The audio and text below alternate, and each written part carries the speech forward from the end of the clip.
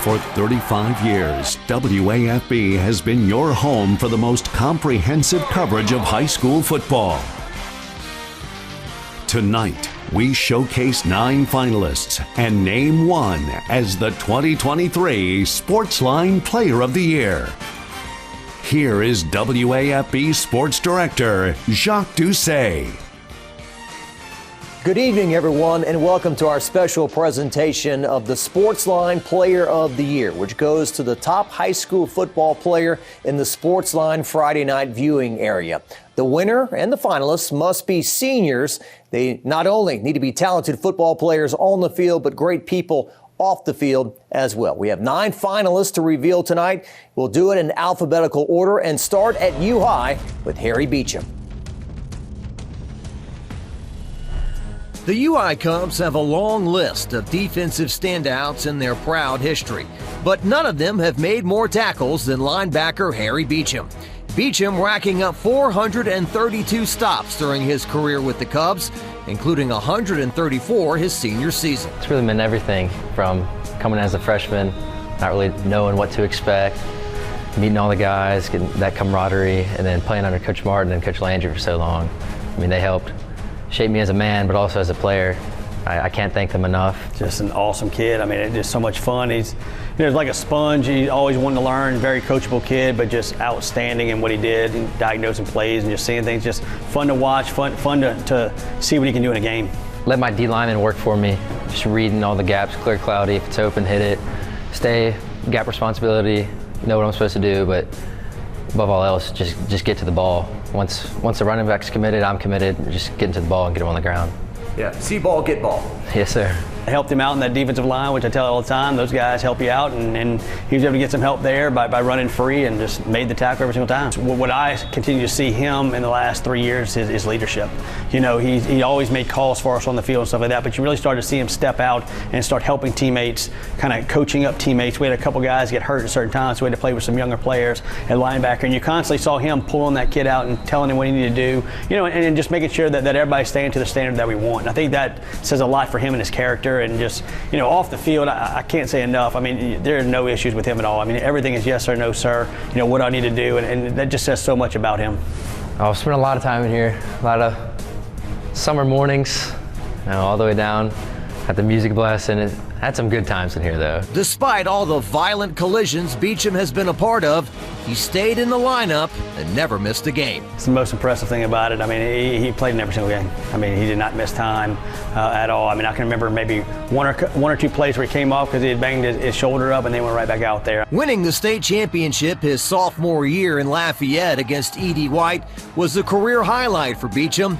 It was a 14-7 defensive game, which was right up his alley. Defensively, we had a rough first half. They were kind of running it down our throats. Then Coach Landry, halftime, gave us a little speech and changed the scheme a little bit that night. So we changed it at halftime, made a couple adjustments position-wise, and it really just worked, and that's what stuck out the most.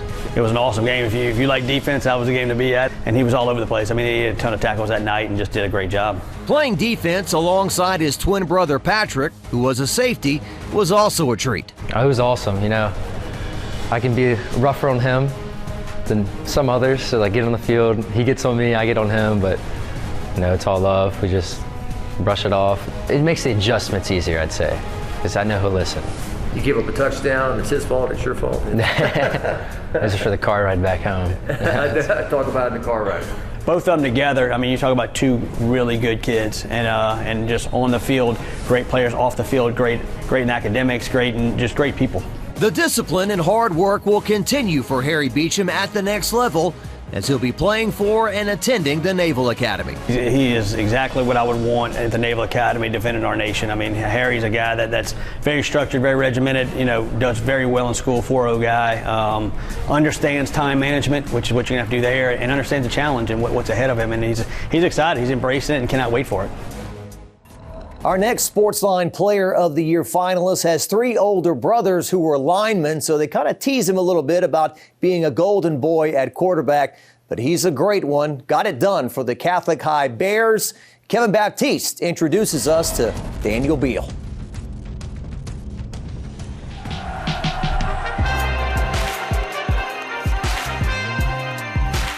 It's easy to say that Daniel Beal was destined for the career he had at Catholic High School. Before putting on the pads, Beal was the team's ball boy. And even more interesting, he wasn't the first of his kind to put on the orange and black. My 3 older brothers all played here, and I was around it my whole life, basically, growing up with them. So to be able to play here, and then everybody talks about the brotherhood and like the culture. And I didn't really know what it was about. Like, my brothers talked about it, but then once you step foot on campus here and in the football program and really start playing and working with all your boys, then it's real and you see it. Early in his freshman season, Beal did not see much action.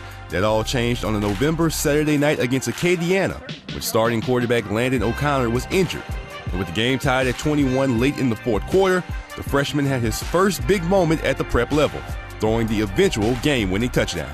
I was nervous, but I was confident with the guys I had around me, the whole offense, and then the whole team, the support that I had, especially from those seniors, and then everybody on the team just taking me in. That year coming in, he worked really hard, kind of preparing for his first year at Catholic and that's been something that has always been true to him. He's a really hard worker and just really consistent. Year 1 ended with the state championship. Pretty exciting for Beal, even if it did interrupt his plans of getting a driver's license. The state championship game was like the 26th or 27th because it was all backed up. So I was supposed to take driving school Christmas break, and then played, and then came to driving school. Did you pass your driving test? Of course. First time? Yeah. Sophomore year ended with another state title win. After a semifinal loss, senior year brought in more motivation and more clutch moments. Week 10 against Zachary with the district title on the line, Beal had 4 touchdowns, including a game winner in overtime. 3 weeks later in the quarterfinals, Beal accounted for 6 touchdowns. He also led a last-minute 64-yard game-winning drive to beat John Curtis, the team that eliminated them the previous year. We were down with 46 seconds left. We knew we had the guys. We've been practicing it all year, 2-minute drill. And then we worked our way down the field, and then last play, called timeout, we came out with the play, and then got it done, trusting our guys all the way around. Beal's final moment was just like his first big moment, a game against Acadiana, except this one in the Superdome for the state championship. That night was arguably number 11's finest hour. 19 of 26 for 360 yards passing, 5 touchdowns total, and a 50-piece win for ring number 3. Never played there before, and I always wanted to play there, and it was everything that people said and more. Really playing in the dome, being able to look up, and that's the atmosphere you're in. Was really crazy. Coaches put a really good plan together, and then we executed really offensively. We put up that many points, but I think it was our best performance execution-wise, and knowing the scheme and practicing hard. If you look at the football that he played in the Zachary game week 10 and then through the playoffs, I mean, it's some really high-level quarterback play at the high school level. So that to me speaks volumes to his career here, is how he was able to finish in those last 4 or so weeks. All right, you've met 2 of our finalists. We have 7 to go. The Sportsline Player of the Year.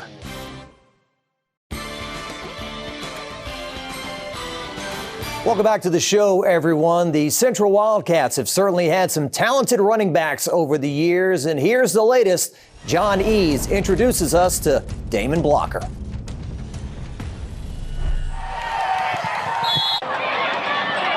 Ladies and gentlemen, number 12. Damon Blocker's high school football journey wasn't a straight line. A lot of injuries, a lot of concussions and stuff. It started at St. Michael, where Damon played 2 seasons with the Warriors. But then, a tough decision had to be made. St. Michael was a really good school. I liked it a lot over there. Junior year, I remember I transferred, and I didn't really tell anybody. No one from my St. Michael school knew, and I had a lot of friends there. Nobody knew. I just kind of went secretive. I went over. It was a really quick decision. I told my dad. My dad was like, he was okay with it. People thought I was stupid. People were like, why would you do that? It's stupid. I lost a lot of friends from that. But, you know, it was my choice. I wanted to come play for my city. This is where I was born and raised, and this is where I want to play for. Despite the doubters and the outside noise, Damon followed through on his decision and began his career as a Wildcat. But then, a bump in the road. Week 7, playing Catholic High. I'd say the fourth quarter, game's about to end. Ran across the middle on a slant. went to catch it, snapped my leg. It was very heartbreaking because, you know, I had a couple more games left with those seniors, and I was a junior at that time, so those are seniors I just wanted to put it all out for them. Ladies and gentlemen, number 13, Damon. I remember I'd sat in my bed in a full leg cast for like 6 weeks or something, and it gets really like mentally tiring and stuff. You just sit there and you don't do anything. I do my homework because I really couldn't go to school. But Damon couldn't just sit around and slowly recuperate, nor did he want to, because big changes were coming to Central football. Here's Jacques Doucet from the Spencer Callahan 9 Sports Desk. Huge news out of Louisiana high school football Monday as Catholic High head coach David Semino leaves the Bears to take over for Sid Edwards with the Central Wildcats. If Semino came in, I was shocked. I never thought he would come here. I had a lot to prove. It wasn't just like my coaches knew what I was capable of. It's a whole new coaching staff. I got to prove to them something, so I knew I had to get back sooner than later, you know, and it took a lot of sacrifice. It was a lot of running, bone, like joints and ligaments popping and stuff, running, but I mean, I was just going to run through it no matter what. I wasn't going to let, I wanted the coaches to see that side of me. I wanted that dog side of me. The coaching staff took notice. You know, you can see that look in Damon's eye. Like, you know, he's got it. He's got the mental and physical toughness. And from the moment I met him, you know, he was one of those guys that separated himself from a maturity standpoint, from a work ethic standpoint, you know, and he was all bite, no bark, all about business. And so that toughness and that blue-collar nature was a guy that we just wanted to build our whole offense around, you know, and certainly we did that. It was a matter of when, not if, that offense would find success. We were in the Jamboree against Bruley, and we just kind of had a lackluster first quarter performance, you know. And, you know, you could just see the look in his eye of like, no, man, it's not going to be like this. Damon didn't talk a ton in the locker room, but when he did, you could hear a pin drop. He asked me to excuse the coaching staff, you know, and he let those dudes know what it was going to look like in the second half. Not only did he let the kids know, but the first play from scrimmage, he breaks like 4 tackles and goes 75 yards for a touchdown. Same thing the next week against West Feliciana. You know, it was a tight game up until half with those guys. And Damon just ran right through this one dude and took it 75 yards. It was like he spoke with the way that he played, you know, and that's what the greats do. Damon took more than 200 carries for 1,350 yards this season with 20 total touchdowns and helped Central make its deepest playoff run in a decade. For a dude that came off of the major tib-fib injury and played wide receiver the year before, you know, to get the amount of carries that he had for us in 5A football against, you know, some of the giants that we play week in and week out was really, really impressive. Damon's stellar senior season earned him an unexpected accolade. I was at least expecting all district. I remember after our banquet, I was eating lost palms with my family, and Coach Morris came up to me and was like, made first team all state. And I'm the first running back to do that Central history, which was very great honor and great feeling to have, you know, with all the great athletes that have played here. Yeah, I was very shocked, and I was like, that's awesome. I mean, I kind of speechless because I didn't think I would ever get to that point, you know. A fulfilling and redeeming conclusion to a 4-year stretch that was met with several twists and turns. I want people to, like, be like, that was a stupid decision. But it's like, something about that kind of, like, motivates me a little. I want people to kind of be like, that's not, why would you do that, you know? And I'm going to show you why I did it. And I kind of showed a lot of people why I did it. As tough as Damon is, he recognizes that some help was needed along the way. My mom, she's a great human being. She's always been there, and she's just helped me out through a lot. Like when I get like my broken leg, my dad was the one that pushed. Like he was like, take that boot off. We're going to the field, you know. We drag sleds, flip tractor tires. That's where I got my hard working aspect from. It's, you know, it's a kind of like where I model myself off of. My wife taught Damon in the 3rd grade at St. Alphonsus in Central 10 years ago, you know. And, you know, you circle back, and 10 years later I get the opportunity to coach him as a high school senior. And didn't know the kid, but immediately fell in love with him. What I'll remember about Damon is that when you asked him to do something, he was going to get it done come hell or high water. He had the mental and physical toughness and the mental and physical capability to be able to do the things that he promised that he was going to do, you know. I think that's what we all want for our sons. You know, I got 3 of my own sons, and you know, I want my sons to be able to look a man in the eye and nod his head and say, I'll get it done.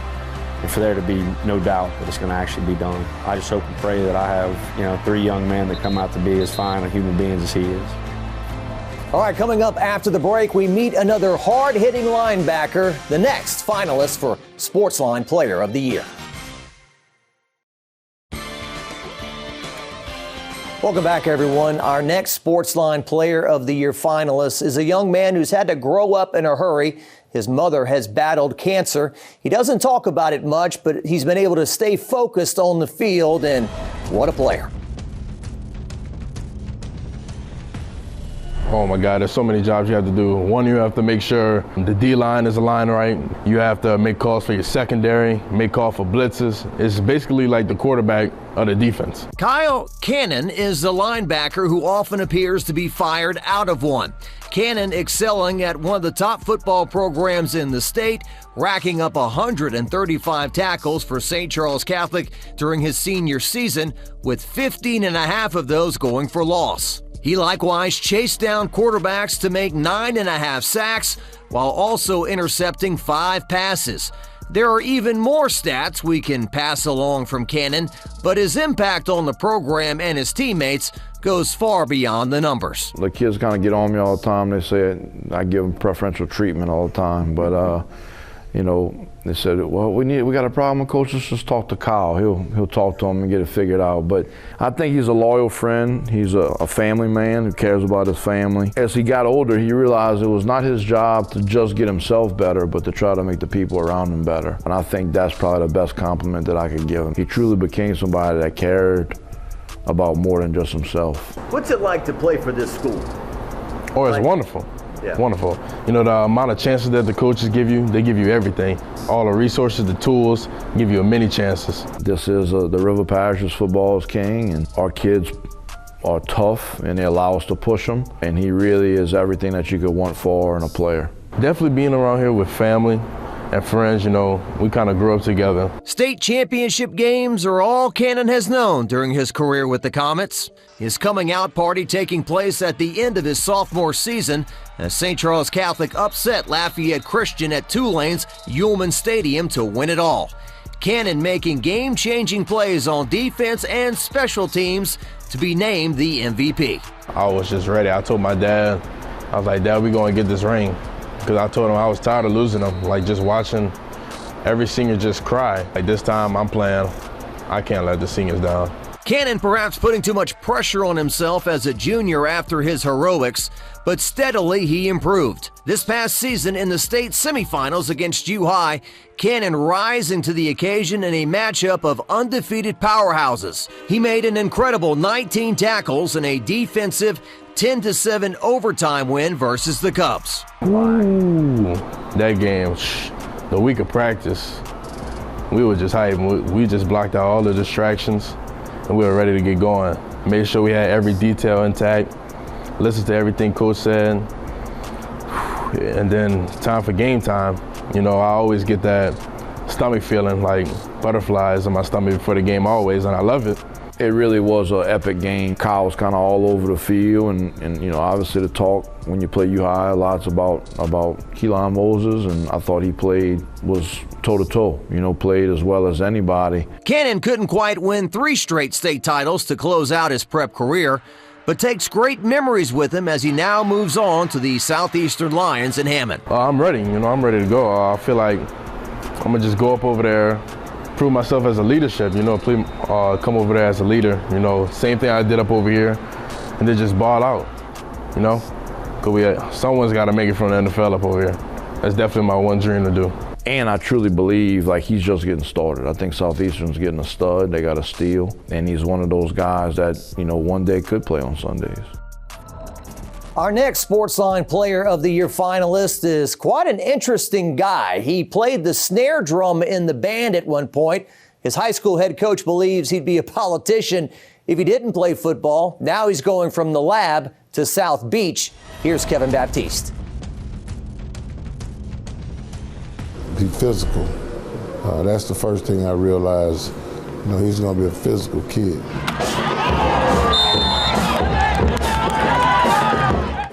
Dylan Day built that reputation of hard hitting as a safety at Southern Lab, but his thirst for contact started at the Pop Warner level. Actually, in brick football, I played linebacker and a little bit of running back. I just like to hit, really, like back in brick. I never really got into the coverage that much, but I was definitely hitting in brick. The safety is basically the quarterback of the defense, and it comes with a lot of responsibility, something that Day does not shy away from. It's just always that challenge, that extra push you got to just know you can't be the one to mess it up, to be the last line of defense. It means a lot. It's a big role to play. He takes the game serious. He's one of those kids that can turn it on and turn it off, and very disciplined young man off the field, very disciplined on the field. You know, he's a kid that he's not a rep guy. He can really understand what you're talking about. His sophomore year was the turning point. Day finally got comfortable in his role on the back end, and even his head coach Darryl Asbury took notice, especially when Day held his own against one of Southern Lab's best receivers. One time he and Darren Morris, the receiver at Southern University right now, went one-on-one in practice, and I knew right then Darren was always a big, tall, lean kid that every coach would love to coach. And when those two locked up, I said, you know, this kid is going to be special. I mean, he has that competitive edge. He doesn't like to lose. In his senior season, Day got into the end zone on multiple occasions, either as a punt returner or on a pick six. But his most important touchdown came with the season hanging in the balance, down 3 points with under a minute left in the semifinals against Ouachita Christian. We knew who they wanted to get the ball to most of the game, and I knew my D linemen, they were getting after them all game. So from there, I knew the D line was going to get pressure. It was just a matter of if he was going to throw the ball or run it. I did not believe that he would throw it to that side, but we knew he was going to have to try to get it to his best player. And 13 was his best player, so we told Dylan, hey, you go with him. And that's what he did. He tried to get it to him, and Dylan just happened to be in the right place at the right time. When I saw the ball in the air, I just tapped the ball when it high pointed. From there, it just don't get caught. The opportunity just hit his hands. I knew it was to hit his hands. It hit the right person's hands. The 2024 Southern Lab senior class went out on top, winning their second Division IV Select State Championship, a moment that Day will always remember, especially considering that he's known a lot of his teammates since elementary school. That year before we went out in the playoffs, we just felt like we owed it to ourselves, and we held each other accountable that whole offseason. And we knew that trophy was our one goal, so we just stayed on each other, worked together, and we just had fun on the field with each other. He has a special gift, and it's time for this chapter in his life to book the close. And now it's time to open up a new book and start writing you another book. I'm proud of that young man. You know, I don't know if I'll find me another Dylan Day, but I was happy to coach that one. Head coach Travis Bourgeois has quite the program at Episcopal, and he's got another finalist this year for Sportsline Player of the Year. We'll meet him coming up.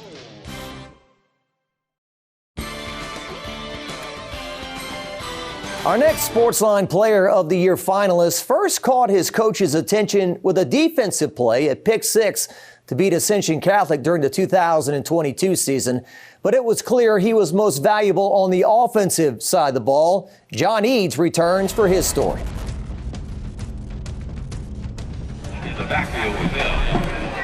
George off left, right tackle. Week in and week out, we knew the opponent had much respect for Braden, and he still was able to produce. Braden George is fast. Braden George with a hole. Very fast. How he accelerates, and you think guys have angles on him, and all of a sudden they just don't catch him. You know, sometimes he doesn't look as fast as what he is. He's definitely football fast because you're never going to catch him from behind. But don't be mistaken, he's a full package running back. He's got a football body on it, loves contact. He played the game with a lot of passion. He lets his pads and his helmet and just his physical attributes do the talking for him. Braden assumed that soft-spoken trait from his mother, Tina. She's successful, she's hardworking, she's smart, she's loving, she's just a great person all around, but she's not loud and boastful about it. The greatest people, some of the nice people in the world, they're the most low-down, quiet, humble people, so I've learned to kind of keep things to myself and be kind of, when something happens, I'm gonna be happy, but I'm gonna be proud, but I'm not gonna celebrate in people's face, you know, win a class, lose a class, always. Oh, and one other thing about Braden's mom, she loves supporting her son.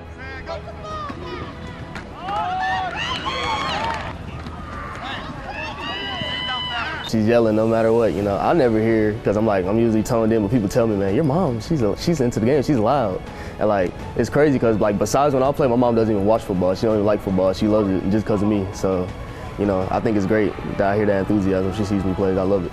Braden was a lot of fun to watch this season for anyone that was sitting in the bleachers. The running back amassing more than 1,800 yards with 28 touchdowns in a 10-win season for the Knights. An excellent epilogue to his journey at Episcopal High School, which wasn't always easy. When I got here, I was like 140 pounds. I done gained 50 pounds since freshman year.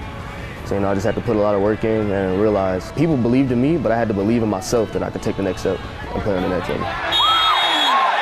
He's a program guy. You just watched the maturation. You saw something special in him as a freshman. Sophomore year, he starts to play a little defense for you. His junior year, we needed that running back, and that's when you can just start to see the development of a running back and just a special player. College coaches and scouts took notice of Episcopal's emerging star as well. Serving in the military never crossed my mind until I got offered by Navy.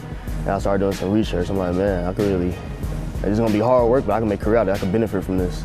And it's like, that's like an achievement, a national achievement. You know, not many people get to go there and be like, hey, I went to the Naval Academy. I'm like this level of person, you know. Braden recently signed to serve the United States of America and play college football with Navy, where he'll tote the rock as a slot back. You know, I just told him that, you know, he's going to be defending me and my family.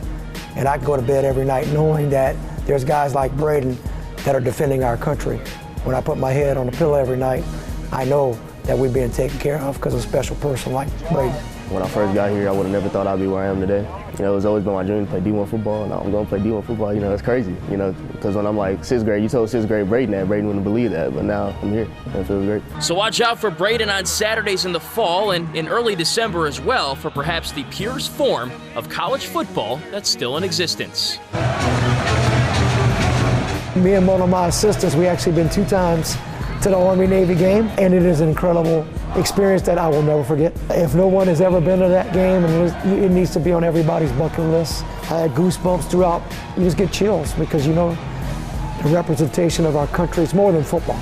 That opportunity with Braden to go watch him play, now I get to be a fan of one, so I'm looking forward to that as well. I'm ready to get a taste of the Army-Navy rivalry because, you know, we got Dunham here, but like, I only been at Episcopal for like 4 years, so I don't really kind of get it, but like I feel like when I get there, I get to get a taste like a real rivalry and be like, oh yeah, I don't like them. The Dutchtown Griffins had a huge season, and this young man coming up was a big reason why. We'll meet him after the break. Our next Sportsline Player of the Year finalist really lives up to that cliche, hey, just rub some dirt on it and I'll be fine. He's a throwback, a lot like his buddy Damon Blocker, an earlier finalist here on the show. John Eads takes us to Dutchtown.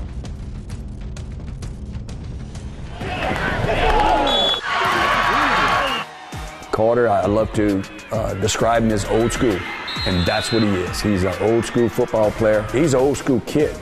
In how he goes about life. Carter Hanberry may not have the attention-grabbing stats that some other players in the area have, but the senior is all business all the time. He gets overlooked sometimes, maybe because of stats aren't eye-popping, because he's a hybrid. He plays kind of all over the field, right? So he doesn't have the most sacks or the most interceptions. He has a lot of each. Going 100%, 110% every play, playing through the whistle, just giving it all you got. And like no slacking, no jogging, just full speed every play.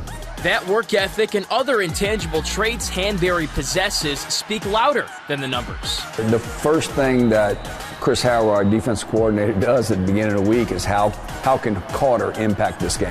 He's our jack linebacker, so we can move him up and play him as a defensive end. He can drop back and play as a safety. He can play man coverage. He can play zone. He can blitz.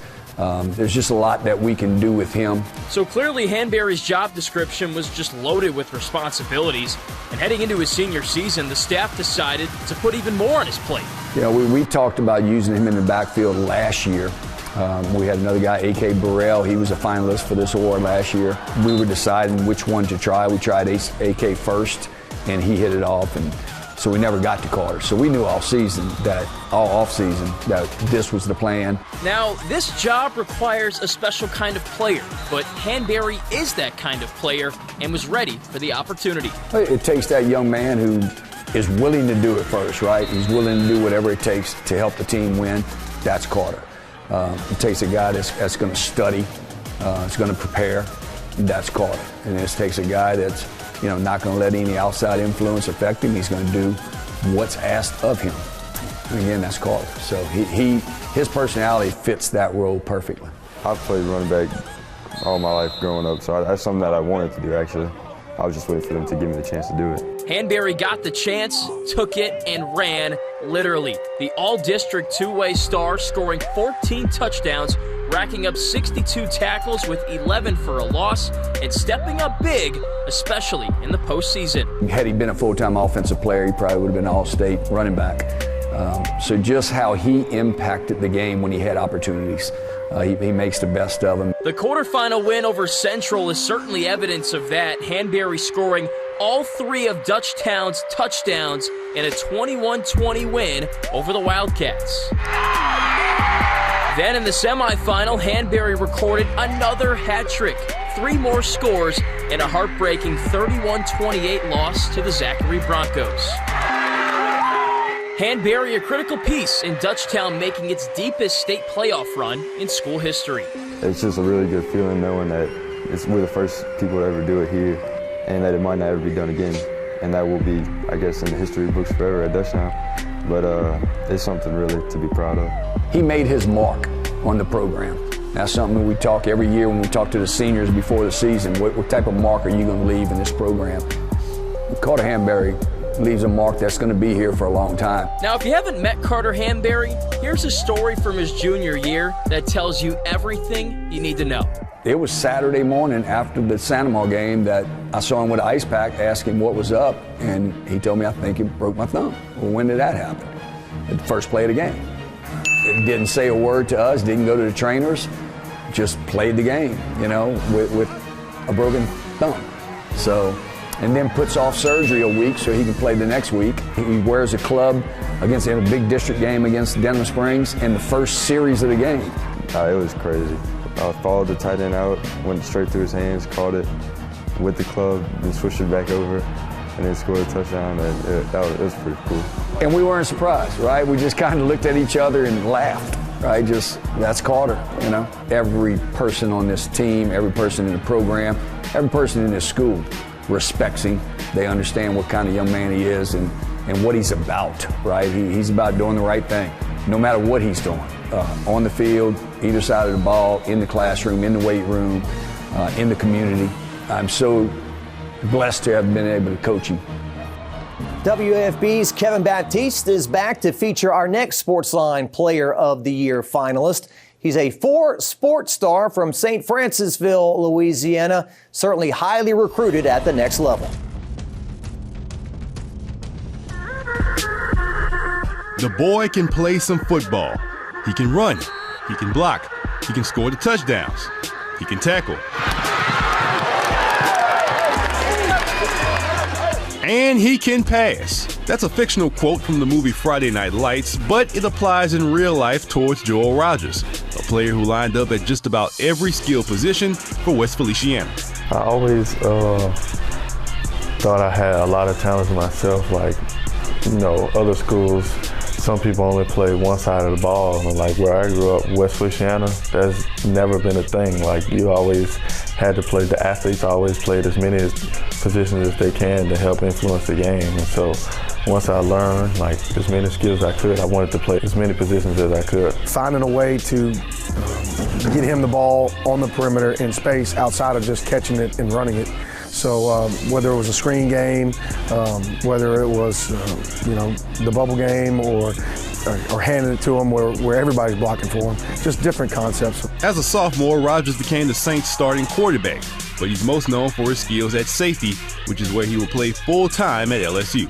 Freshman year, I was playing not to make mistakes, and then going to quarterback my sophomore year, it switched from that to being take control of the game. I can vividly remember we're in a game that earlier in the year, and we were playing good football, right? But we didn't want to let off the throttle or let off the gas, and he pulled the team together at halftime before coach ever spoke, right? And those moments right there are invaluable for our program and the leadership that we need to have. When it comes to leadership, Rogers lets his actions do most of the talking. That was on display in a few West Feliciana comebacks. Week 3 at McKinley. I had a fumble, and then McKinley capitalized on it. But I wanted to be the one to say, okay, we're going to get this ball back, and we're going to make this happen. So at the drive before the game winning touchdown, I told my coach I wanted to go to receiver. He just took extreme ownership in everything he did. Hey, look, that was on me, right? I'm gonna get it fixed, right? Just come back to me. And the quarterback threw me the ball at the end of the game. And I told him before the drive, just give me a chance and I'll make a play. Then 2 weeks later at Ostroma, West Feliciana rallied from a 29-0 deficit that featured 2 fourth-quarter touchdowns from their star.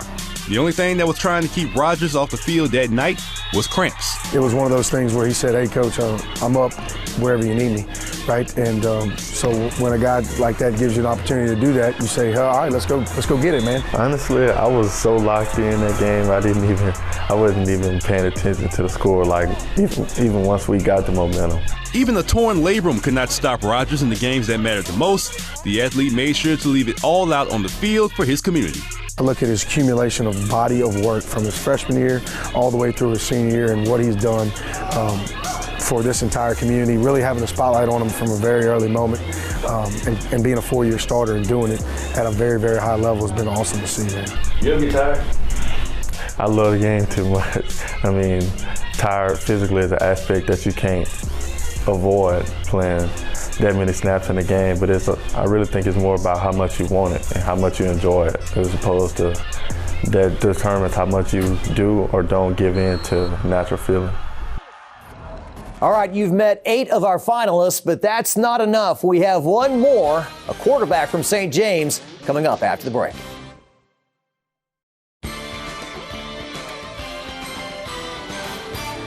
People from the River Parish area will tell you there's nothing like high school football there. Big-time programs with high expectations. Our 9th and final finalist lived it and lived it well. Braden Williams is a great football player and student who has certainly enjoyed his time at St. James High School. A 2-year starter at quarterback, Williams knows how much this community cares about football, winning football. When you're doing good, they love you. And when you're not doing too good, they're on you because they want to win just as much as we do. And they want to party, they want to have fun, talk a little trash to other teams. It's all love. And they're always behind you. It's like no other. I wouldn't trade it for the world. I give my heart to St. James. I give them everything I need. He's always a student first. He's amazing inside the classroom, posted 3.96 GPA. Real adamant and direct, and understands what he wants to do when he gets to college and understand the importance of academics. But just talking about a kid that wanted to play the quarterback position, he worked at it. He put the work in, did everything we asked him to do, and his results on the field spoke for himself. But when you're playing quarterback here at St. James, it's different, you know, and he relished that role, and I think he excelled at it. As a senior, Williams leading the Wildcats to the Superdome and the Division III state championship game. He was accurate as a passer, hitting on 63% of his throws for over 2,600 yards and 32 touchdowns against just 7 interceptions. But just being a student in the game and listening and learning and understanding the importance of going through reads and being better, you know, week to week, just growing from his junior to his senior year. Williams rushing for another 749 yards and 17 more scores, putting him at nearly 50 touchdowns accounted for. Going into my senior year, I demoted myself that I was going to work harder at track to get faster. So I did that, and it showed my senior year. Became better with his decision making as a passer and understood the importance of securing the ball. And when he did use his legs and became that dual threat, you know, it made it hard for opposing defenses, opposing teams. He's a humble kid. He doesn't say much, but he's came out of his shell a lot more. But it's all about developing a relationship with him. You know, but once he understands, all kids, once they understand that you care about them, then you're able to develop that relationship with them. But he understood what playing the quarterback position here, you know, entails. I really had to learn going into starting, what was it outside of the football aspect of it. Because I kind of had that down pat, but I was trying to figure out how to be a quarterback, not just throw the ball, make right reads, but how can I lead this team into the right position to be successful. St. James coming up 1 point shy to Union Parish for the state title, but it was hard to fault Williams, who threw 2 touchdowns and rushed for 2 more. I would describe this season as a success, even though it felt kind of short. Just seeing the obstacles we overcame, we went through a lot of adversity. So just seeing us go through all those things and still be able to get to the point we were, I'm proud to say I was a part of it. Williams hasn't quite received the college offers his head coach believes he deserves, but wherever he ends up, it's expected that Williams will continue his success. I want to major in business analytics or either engineering. I'm leaning toward business analytics. So that's what I'm really getting on. That's what I really have been doing, the academic scholarships, because the football part will take care of itself. But this is a quality kid, and to answer your question, yes, someone will get a steal. I'd just like to give a shout out to the community at St. James. I want to say thank y'all from the bottom of my heart. Everything y'all done for me these past, I wouldn't even say 4 years, I would say these past 18 years coming up. Just always supporting me, always showing love, and everything y'all done for me. Thank y'all. All right, you've met our 9 finalists for the Sportsline Player of the Year. The moment of truth has almost arrived. We announce the winner after the break.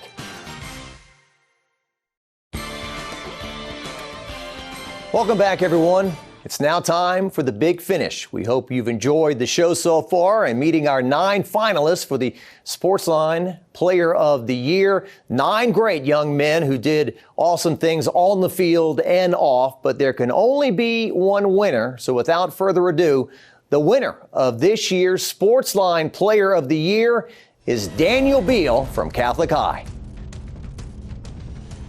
Congratulations, Daniel. You're our Sportsline Player of the Year. There you go, my friend. Yes, sir. Thank you. How's it feel? Amazing. I know you're moving on to the Raging Cajuns of UL Lafayette, so I guess this is the kind of last bit to reflect on your prep career. What a career. 3 state championships under 3 different head coaches. How do you look back on your career as a Catholic High Bear? It flew by first, but I mean, I'm grateful for it. I wouldn't want it any other way. With all of my teammates, all my brothers, I'm grateful for all of it and the coaches and the support that I got. And I'm happy we got to end it the way that we did. What can you say about football in this area? I mean, there's 9 finalists and you played against a lot of them. Just great talent, right? Yes, sir. I mean, football is everything around here in South Louisiana. But yeah, the competition every week, you know, it's going to be a great game playing here and playing around the state. And then all those other guys, they're great players. I'm honored to be recognized here. Now moving on to college. Yes, what are your hopes and dreams and thoughts? Well, first, just take it one day at a time and be focused on myself and have my goals and then hit my goals and be able to play and perform and compete the way that I can. When do you head to Lafayette to really check in and get going? I mean, I'll be going over there for spring practices, but first week of June, I'll be starting summer practice and moving in, starting class. All right. Well, you were a class act, and certainly we had some great finalists, but your name was the name that rose to the top. Yes, sir. Thank you. Congratulations. Thank you. Daniel Beal, this year's winner. We appreciate all of you for watching here tonight. We end things on some of the highlights from the 2023 high school football season.